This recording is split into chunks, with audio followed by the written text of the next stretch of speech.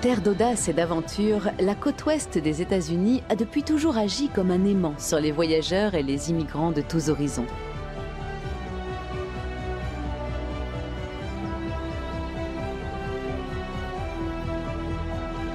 Mais d'où vient l'incroyable fascination qu'elle exerce dans le monde entier? Quels sont les secrets de son succès? Pour le savoir, préparez-vous à rencontrer quelques-uns de ses habitants qui incarnent parfaitement la joie de vivre et le dynamisme de la West Coast.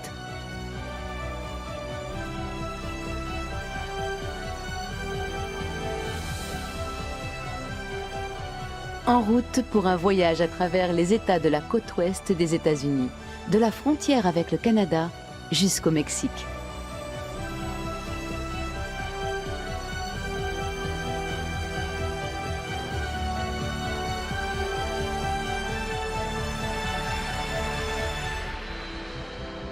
Cinquième et dernière étape de notre périple, la Californie du Sud.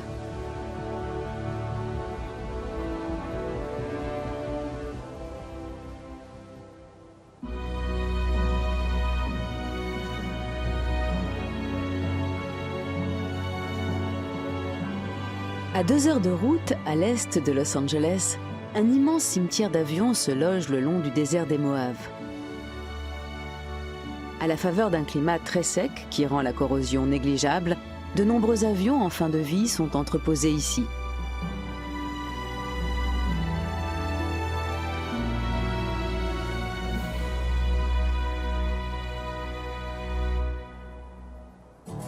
La plupart des appareils sont démantelés et les pièces détachées autant que possible recyclées.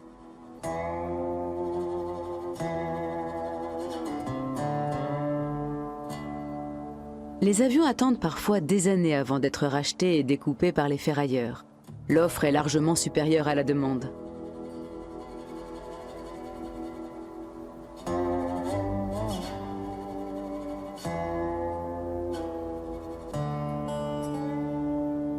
Doug Scroggins est pour ainsi dire un habitué de ce cimetière qu'il parcourt régulièrement à la recherche d'avions ou de pièces détachées.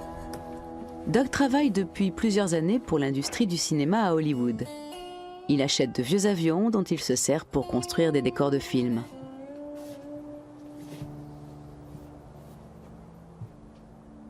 Pour les besoins de telle ou telle scène, les éléments récupérés doivent souvent être remaniés, comme par exemple dans le film Flight sorti en France en février 2013.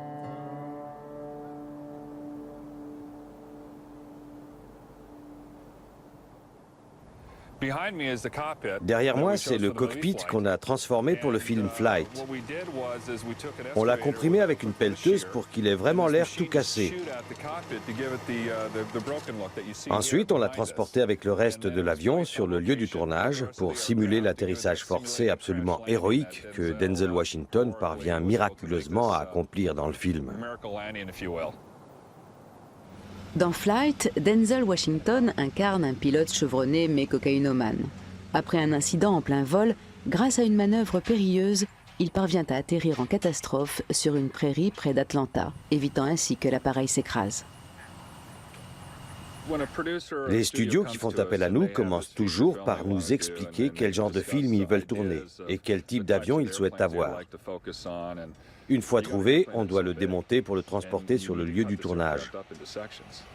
La largeur et la hauteur sont des facteurs décisifs pour le transport, comme pour le Boeing 767 que nous avons utilisé pour la série télévisée The Event.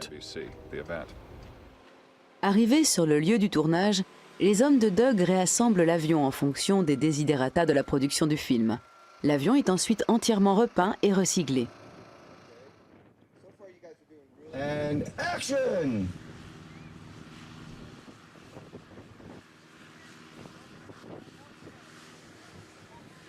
Une fois toutes les scènes tournées, Doug rapatrie l'avion au cimetière du désert des Moaves.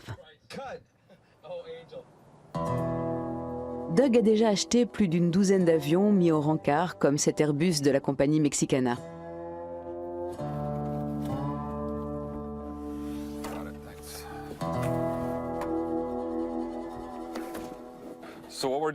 Là, on est en train d'enlever l'intérieur d'un A320 d'une compagnie aérienne qui a déposé le bilan.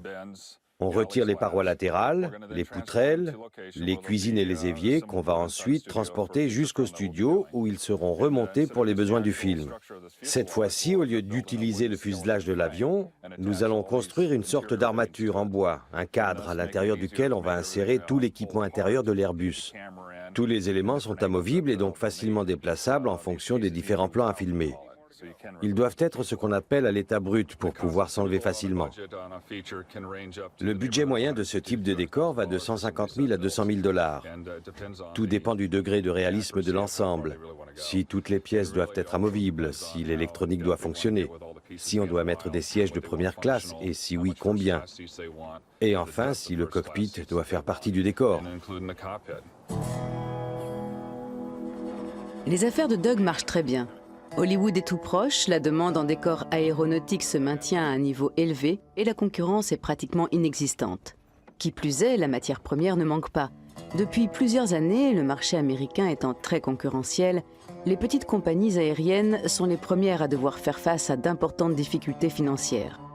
Un combat que beaucoup finissent par perdre. Elles n'ont dès lors pas d'autre choix que de mettre leurs appareils invendus au rencard dans l'immense cimetière de Mojave.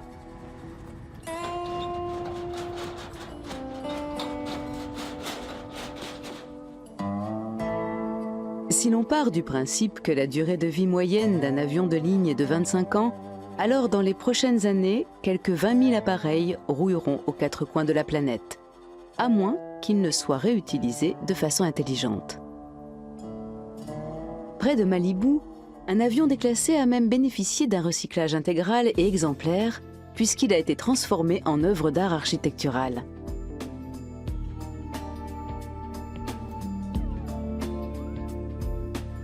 Sur les hauteurs de Malibu, aux portes de Los Angeles, vivent quelques-unes des personnes les plus fortunées de la côte ouest. Pas étonnant donc qu'ici certaines résidences soient légèrement spéciales. La demeure la plus surprenante de Malibu est sans doute la fameuse Wing House, construite sous les deux surfaces portantes et les ailerons d'un jumbo jet échoué à la casse. C'est Francie Rivold qui a fait construire cette drôle de maison. Cette chef d'entreprise est d'origine allemande. Son grand-père a été le premier concessionnaire Mercedes-Benz de la Californie du Sud. Ici, c'est la pièce principale de la maison, là où je suis le plus souvent, pour cuisiner ou recevoir mes amis au coin du feu. Là, j'ai fait incorporer une partie du fuselage avec des hublots, pour faire rentrer un peu de lumière dans mon bureau. Il y a même une petite fenêtre bien pratique qui peut s'ouvrir et se fermer pour passer un expresso à quelqu'un, par exemple.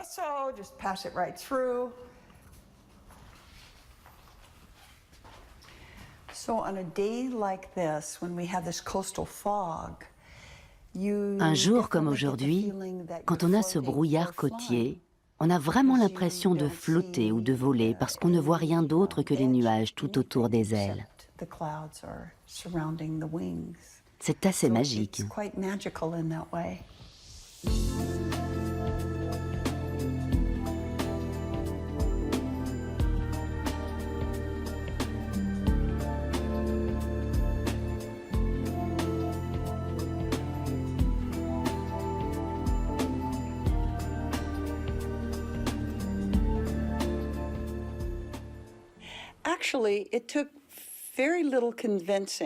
Après avoir vu l'avion pour la première fois et m'être tenue sous ce Boeing 747, j'ai très vite su que ce serait bientôt le toit et les murs de ma future maison.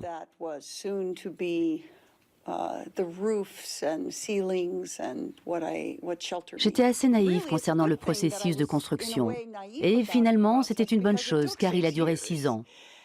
Je me suis souvent dit, mais qu'est-ce que je fabrique? Je ne devrais pas, peut-être que je devrais arrêter tout ça. Ça coûte une petite fortune et j'ai déjà dépassé le budget.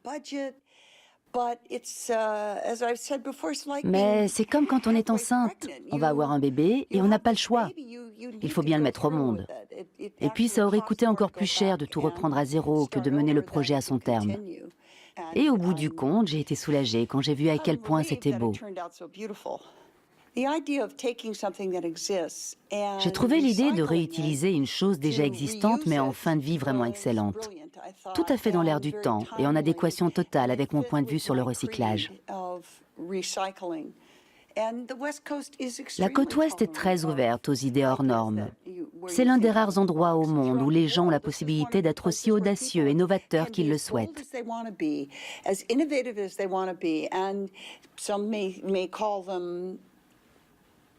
Certains peuvent les prendre pour des fous et des marginaux. Mais le fait est que pour innover vraiment, il faut être prêt à prendre des risques et à tenter sa chance.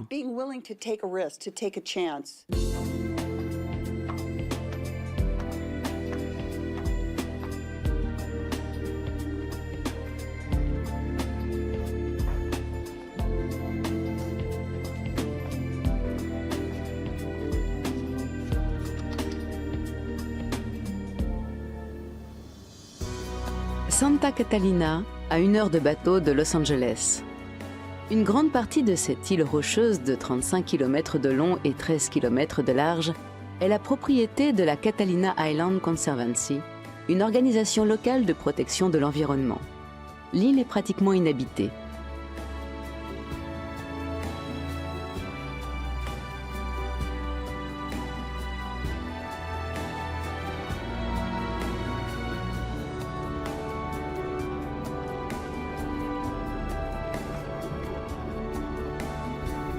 La quasi-totalité de l'île est interdite à la circulation automobile, sauf pour les personnes qui travaillent ici, comme le biologiste Calvin Duncan.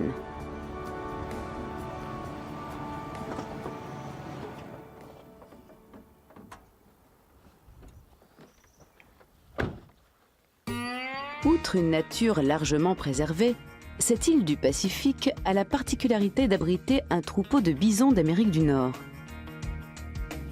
Calvin a 35 ans et veille sur le troupeau depuis plusieurs années. La Californie n'est pas l'habitat naturel des bisons, mais en 1924, 14 bisons ont été introduits pour les besoins d'un film muet. Après le tournage, les bêtes ont été abandonnées sur place, livrées à elles-mêmes. 20 autres têtes sont plus tard venues grossir les rangs du troupeau, qui a même parfois compté jusqu'à 600 individus. Grâce à un programme de contrôle des naissances, Duncan essaie de limiter leur nombre à 200, la capacité maximale de l'île. Ici, on a un petit troupeau d'une trentaine d'individus mâles et femelles. En général, les bisons vivent en famille, ce qui veut dire que les femelles de ce groupe sont vraisemblablement toutes parentes, filles, sœurs, tantes de l'une ou de l'autre. Il y a aussi des mâles d'âges divers et variés. Les plus jeunes sont probablement les enfants de certaines femelles de ce troupeau. À cette époque de l'année, les mâles flairent l'urine des femelles. Ils utilisent un organe sensoriel situé au-dessus du palais et nommé organe de Jacobson pour savoir si une femelle est prête ou non à s'accoupler. Ils retroussent leurs lèvres supérieures comme s'ils voulaient rire, mais en fait c'est pour permettre à l'organe de Jacobson de les renseigner sur l'état hormonal des femelles. Le mâle colle à la femelle qui tente de s'éloigner du troupeau ou de tourner autour. Il la surveille et essaie constamment de lui barrer la route, de l'isoler et de l'entraîner là où il aimerait qu'elle aille. C'est un comportement typique de la période du rut.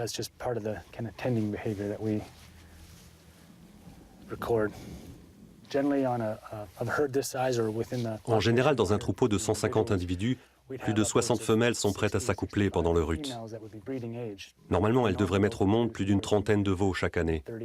Grâce au programme de contraception, on réduit le nombre de naissances à 2 ou 3 par an. Ça contrebalance la mortalité naturelle qui est très faible sur l'île, étant donné que les bisons n'ont pas de prédateurs. Et c'est pour cette raison que nous devons établir un équilibre entre les décès et les naissances.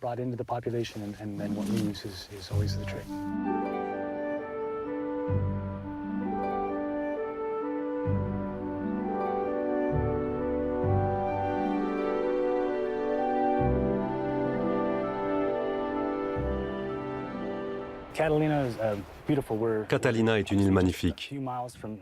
Nous ne sommes qu'à quelques miles de Los Angeles, mais c'est une sorte de refuge où l'on peut échapper au stress de la métropole. Les paysages de Catalina sont ceux de la Californie d'il y a 100 ans. Ici, tout va plus lentement et la nature est restée intacte. Je passe aussi beaucoup de temps au bureau, mais au quotidien, mon lieu de travail, c'est ici, en pleine nature. Sur l'île, la circulation est souvent réduite à un renard qui traverse la route. C'est difficile à expliquer, mais ce que je fais ici est vraiment très différent de tout ce que j'ai pu faire ailleurs jusqu'à présent. Je suis ici depuis 8 ans. Au départ, je ne devais rester que 3 mois pour mon job. Et puis finalement, je n'ai pas réussi à quitter l'île. Apparemment, ça se passe comme ça pour beaucoup de gens. Au départ, ils viennent ici pour peu de temps, et puis finalement, ils tombent amoureux de l'île et y restent toute leur vie. À la saison des amours, Calvin et sa collègue Julie n'ont que quelques jours pour repérer les femelles en chaleur et leur injecter à temps une substance qui les empêchera d'avoir des petits. Ça, c'est un fusil à air comprimé qui, comme son nom l'indique, fonctionne avec du gaz sous pression. Et ça, c'est la cartouche de CO2. Chaque cartouche permet de tirer 100 fois. Le fusil est calibré. On utilise un indicateur de distance pour savoir si on est trop ou pas assez près de la bête qu'on vise et pour régler la pression de l'air. Notre objectif est que la flèche commence à prendre de la vitesse avant l'impact. Pour ne pas causer de blessures, il faut absolument que la flèche ralentisse avant de toucher l'animal. Le contraceptif n'agit pas sur le comportement des bisonnes pendant la période du rut, mais il les rend stériles pendant 1 an. Il faut que je me dépêche.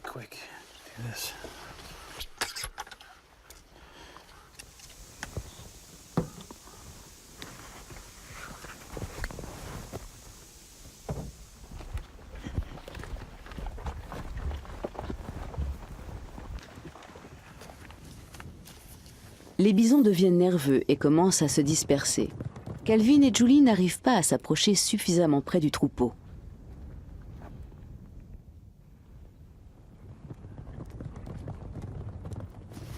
Ils montent vers les voitures. J'espère qu'on aura encore assez de lumière du jour pour voir les marques et différencier les bêtes. On va essayer d'isoler quelques femelles du troupeau, mais les bêtes sont un peu nerveuses et n'arrêtent pas de bouger.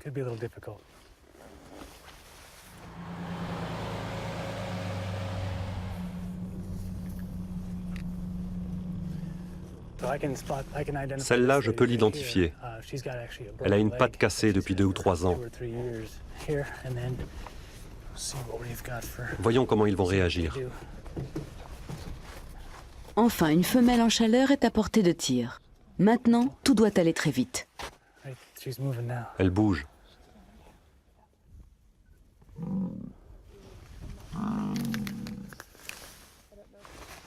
Là, juste devant nous, un peu sur notre droite.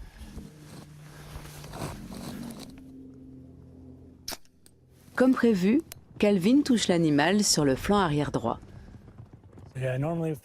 Quand les bêtes sont nerveuses comme ça ne sert à rien de continuer à les poursuivre.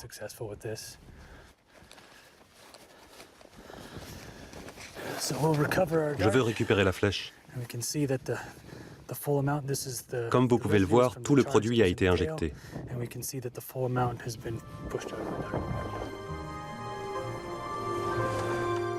Dans les prochains jours, Calvin et Julie vont devoir encore traiter une 60aine de femelles, pour que sur l'île de Santa Catalina, pas plus de 3 petits bisons naissent chaque année.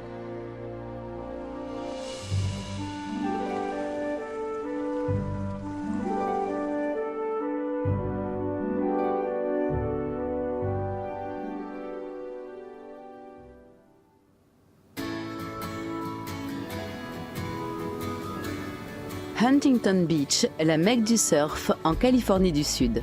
On la surnomme Surf City USA.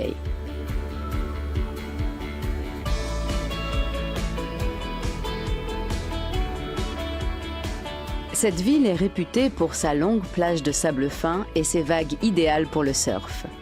En été, Huntington Beach attire nombre d'habitants de Los Angeles.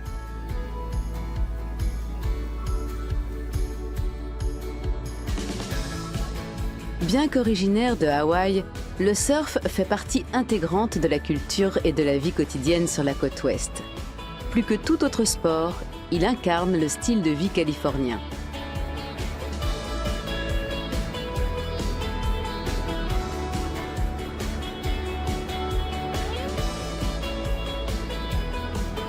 Depuis que la combinaison en néoprène a été inventée en Californie dans les années 50, le surf est devenu un sport très largement pratiqué.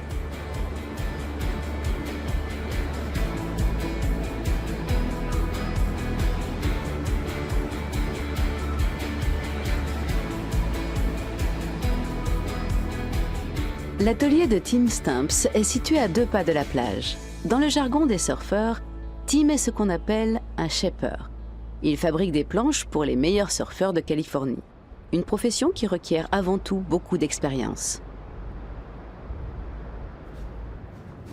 Pour chaper une planche, Tim commence par affûter et raboter une plaque de mousse rigide.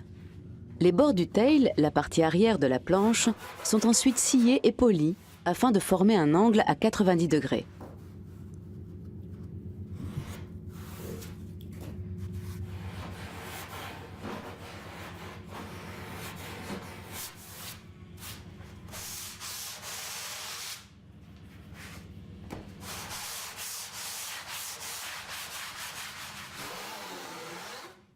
Quand je travaille la planche de l'avant à l'arrière, j'essaie de lui donner une forme qui lui permettra d'avoir une tenue optimale sur l'eau, notamment grâce aux ailerons et à la ligne extérieure. C'est un équilibre difficile à trouver. Une fois la forme parfaite obtenue, Tim découpe un morceau de tissu de fibre de verre pour la couvrir.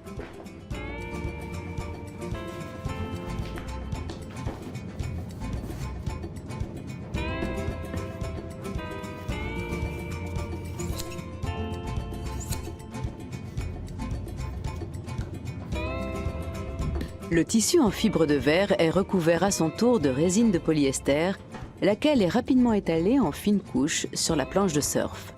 Cette technique permet de conférer à la planche stabilité, imperméabilité et flexibilité.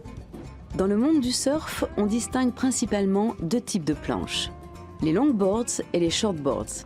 Les planches dites courtes mesurent moins de 2,50 m et sont utilisées dans la plupart des compétitions. Presque tous les jours, Tim teste lui-même ses planches sur la plage d'Huntington Beach.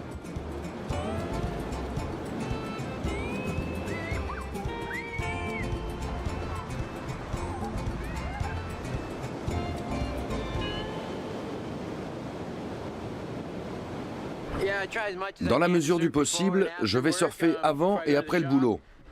Je teste de nouvelles planches et de nouveaux ailerons, même quand les bonnes vagues ne sont pas au rendez-vous. Ce que j'aime dans les planches de surf, c'est que je peux les construire, surfer avec et les réparer moi-même quand il y a de la casse. J'ai tout le processus en main, de A à Z. Je peux tester, améliorer. Chaque jour est un nouveau défi et c'est ça qui me plaît.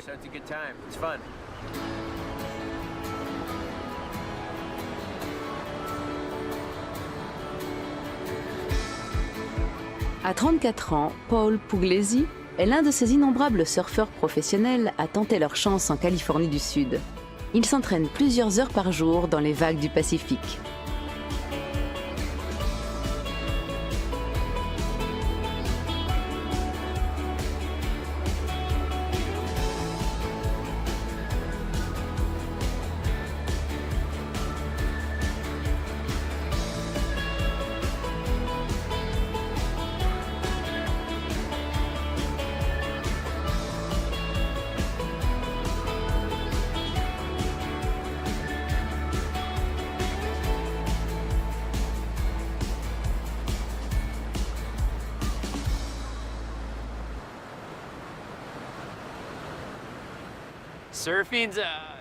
Faire du surf est vraiment un choix de vie. Jusqu'à l'âge de 11-12 ans, ça ne m'intéressait pas du tout. Et puis un jour, j'ai vu une compétition de surf à la télé. Et j'ai demandé à ma mère de m'acheter une planche et une combinaison en néoprène. 1 an plus tard, j'étais à fond dedans. J'en faisais toujours plus jusqu'à ce que je réalise que je pouvais en vivre. Ce n'est pas une activité très lucrative, mais je continue tout simplement parce que j'adore ça. Jamais je n'arrêterai le surf. Ce qui permet à Paul de vivre du surf et de se consacrer entièrement à son sport favori, ce sont les contrats qu'il passe avec des sponsors.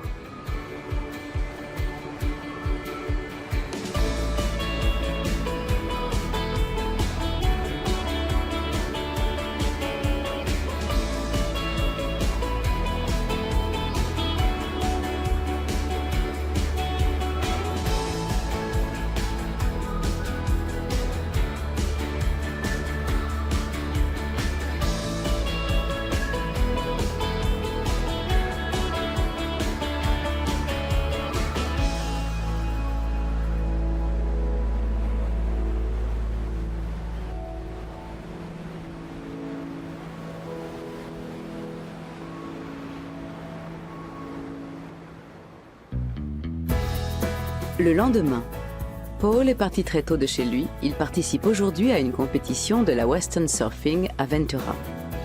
Paul doit disputer et si possible gagner au moins 5 compétitions de ce type par an pour être autorisé à concourir au championnat américain. Je suis très ambitieux. Je veux gagner, coûte que coûte. Et pour ça, je suis prêt à tout, même à te surfer dessus s'il le faut. Mais je reste malgré tout très modeste. Je sais très bien qu'on peut être le roi du monde et tout gagner un jour et perdre dans les grandes largeurs le lendemain. Et ça incite à rester humble. Chaque surfeur dispose de 15 minutes pour trouver la vague parfaite et déployer tout son talent. Dans ce genre d'épreuve, l'adresse du surfeur compte davantage que la hauteur des vagues. Sur la plage, les juges notent les compétiteurs en fonction de critères bien spécifiques. Malgré des vagues peu importantes, Paul réalise une prestation parfaite.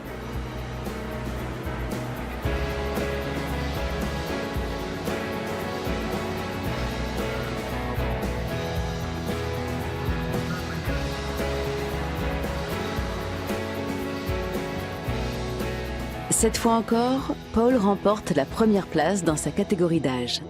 Cette nouvelle victoire va lui permettre de participer au championnat américain de surf professionnel.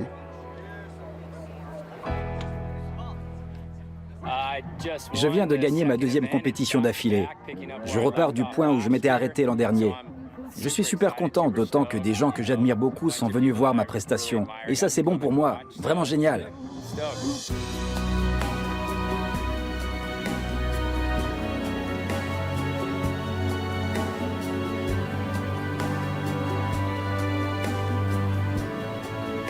Nichée au pied d'imposantes montagnes de granit, blottie en plein désert, la ville de Palm Springs est connue pour être ensoleillée 350 jours par an.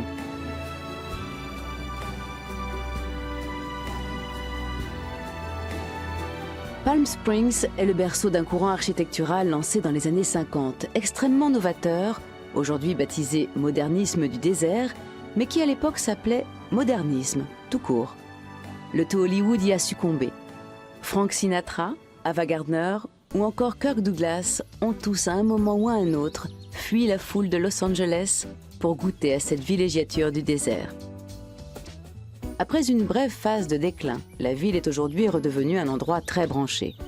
À grand renfort de dollars, les trésors architecturaux de la ville sont restaurés dans le plus grand respect de leur aspect d'origine.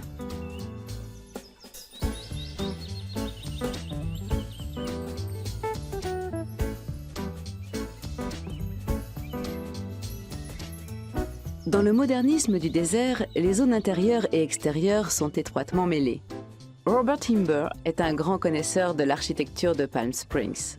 Depuis plusieurs années, il se bat pour la préservation de ce que l'on appelle le style mid-century modern.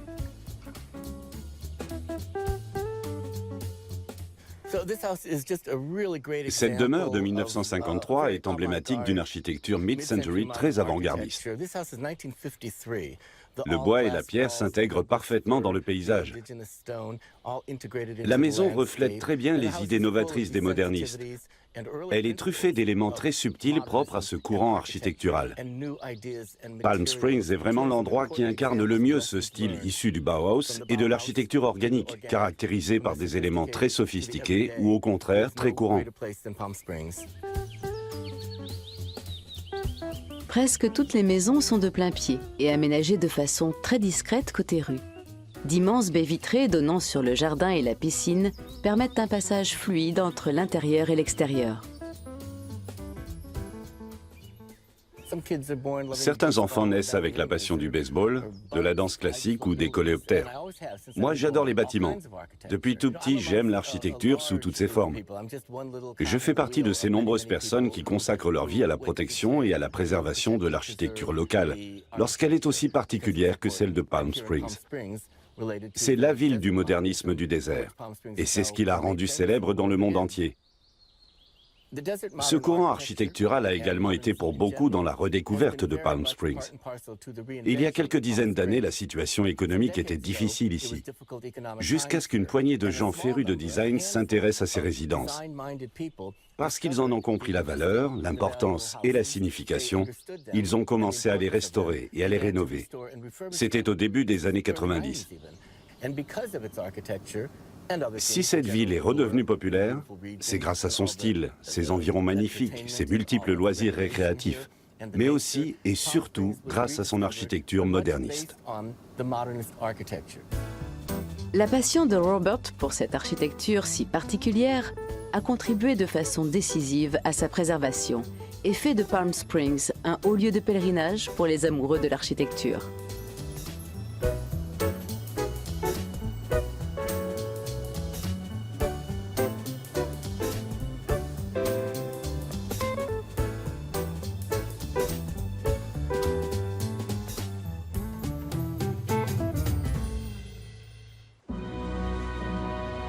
La pointe sud du littoral de la côte ouest est presque entièrement peuplée.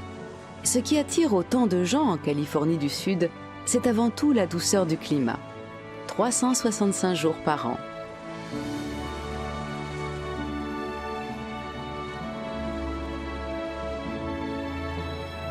Située à quelques encablures de la frontière mexicaine, San Diego est la deuxième ville de Californie par la taille. Côté douceur de vivre, cette métropole ensoleillée est sans égale aux États-Unis.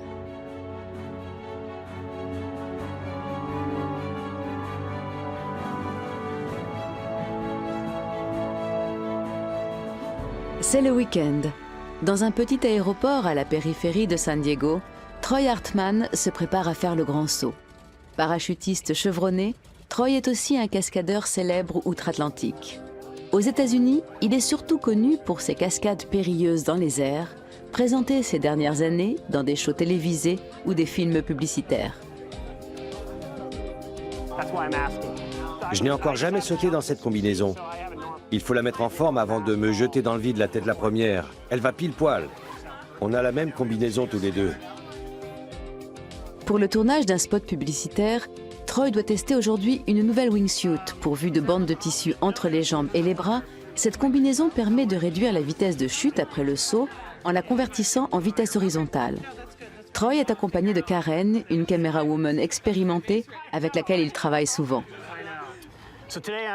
Aujourd'hui, je vais tester une combinaison dans laquelle je n'ai encore jamais sauté. Il existe de nombreuses sortes de wingsuits, de tailles différentes, en fonction de l'utilisation qu'on veut en faire. Celle-ci est censée être un peu plus souple et donc permettre de plus grandes libertés de mouvement par rapport aux très grandes combinaisons qui, elles, sont faites pour planer longtemps. Je l'ai juste empruntée pour l'essayer, pour voir si elle me convient. En raison des conditions météo très favorables, les parachutistes sont légion à San Diego. Et aujourd'hui, l'affluence est particulièrement grande à l'aéroport. C'est enfin au tour de Troy et Karen. Pour son test avec la nouvelle wingsuit, Troy veut planer un moment le long du Pacifique avant de plonger avec un maximum de vitesse en vol piqué.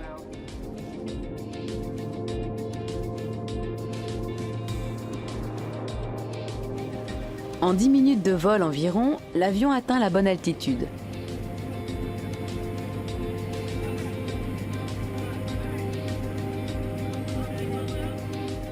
La porte s'ouvre et les premiers jumpers s'élancent dans les airs. Troy et Karen sautent en dernier.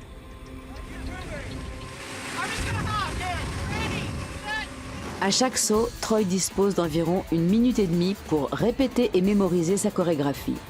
Il se laisse guider par Karen qui filme les enchaînements de Troy avec une caméra fixée sur son casque.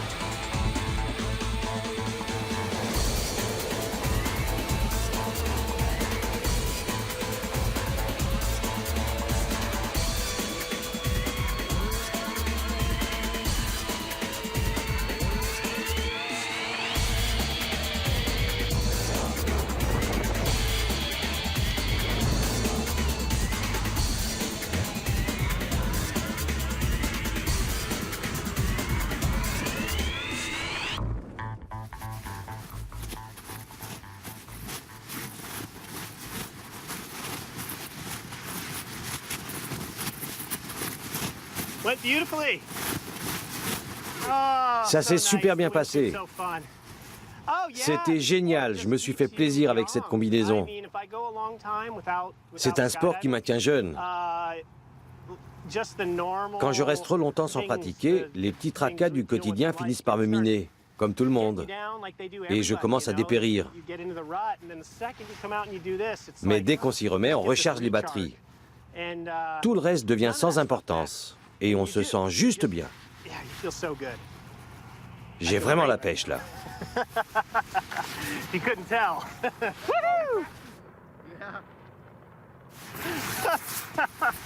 On s'est bien marré. Il a fallu que je te pousse. J'ai vu ça. Tu m'as viré comme un malpropre. On était vraiment trop près l'un de l'autre.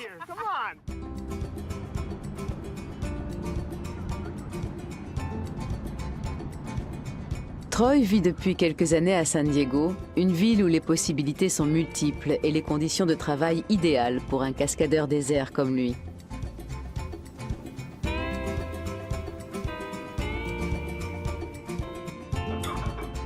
Sarah est l'épouse de Troy. Ils se sont connus sur des tournages où tous deux devaient sauter en parachute.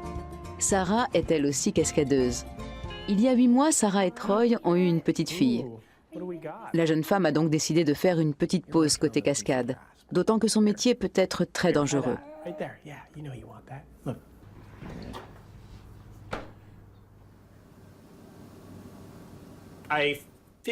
Je sais maintenant pourquoi la cascade a mal tourné. J'ai fini par comprendre d'où venait le problème.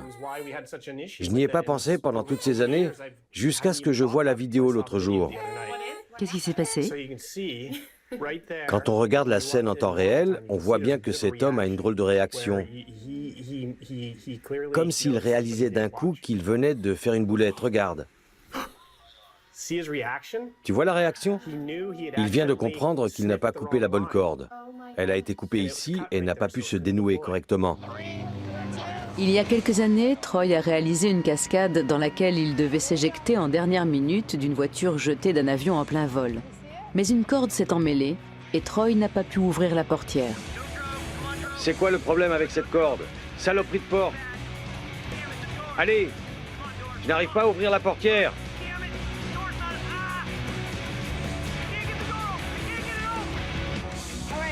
Où est Troy? Où est-il?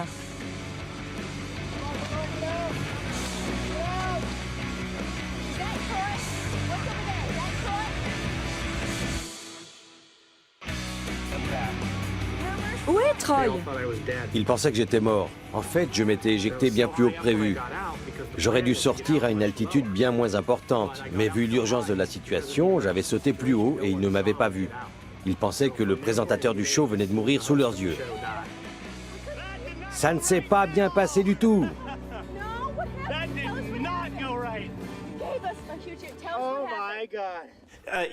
M'extirper d'une voiture balancée du haut d'un avion, je ne pense pas que je referai ce genre de cascade aujourd'hui. Il y a trop de facteurs de risque et comme vous avez pu le voir, beaucoup de choses peuvent foirer. Maintenant que je suis papa, je ne le referai pas. Aujourd'hui, il y a moins de cascades que je suis prêt à faire. Mais il y en a encore plein d'autres qui ne me font toujours pas peur.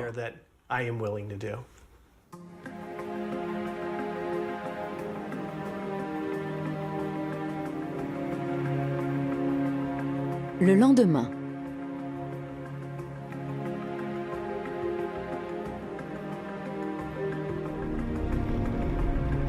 en plein cœur du désert des Moaves, Troy se dirige vers Elmirage Lake, un lac asséché souvent utilisé pour des tournages de films et des essais de grande vitesse.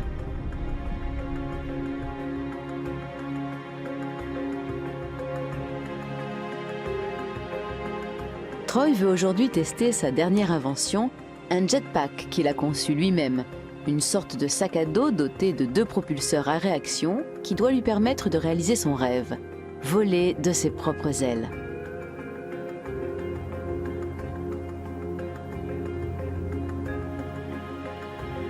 Troy enfile une combinaison ignifugée. Les moteurs logés dans son sac à dos sont des réacteurs conçus pour les drones espions. Le carburant se trouve dans des sacs imperméables fixés autour de ses jambes.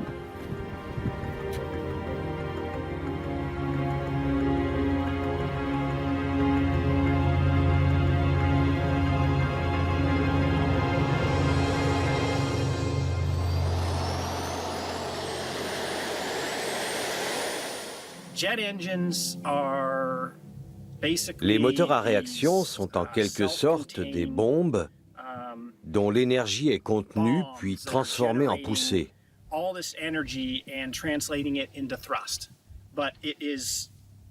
L'engin tourne à 100 000 rotations par minute et génère une chaleur de 1500 degrés Celsius. Donc avoir ça sur le dos, ça fait un peu peur.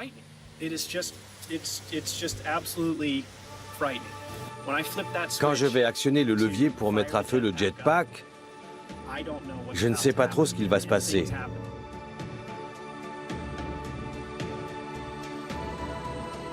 Par sécurité, Troy s'est aussi équipé d'un parachute bien spécifique, utilisé pour les ouvertures à grande vitesse.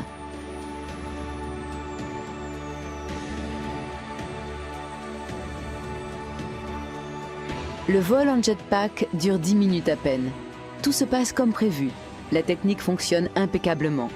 Troy compte bientôt effectuer un vol d'essai uniquement avec un petit parachute de secours en cas de défaillance du jetpack.